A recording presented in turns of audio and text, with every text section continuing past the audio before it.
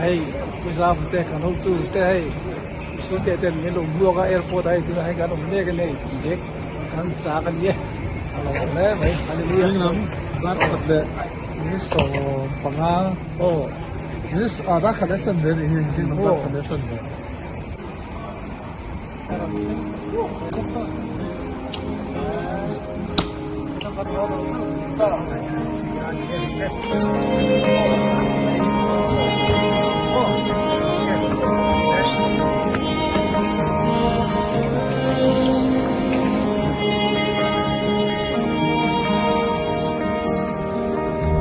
Vội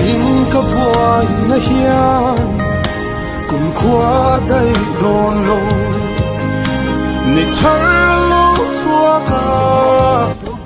hunin herliam hui tri lalpa lalpa pan tir kau ngok dur kal te chu lo hlom le sing nun o hian ra bithar akai le chi kanun trong bul ini lalpai ta kan ni malam hun khi thiam long clear thui thei long ta chu enge min hoa dun kan se pha si lo ka tun hun le ma hun po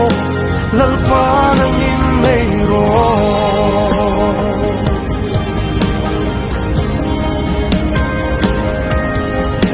zar tin tiak to ma hian chan reng a thul lova som tu ringa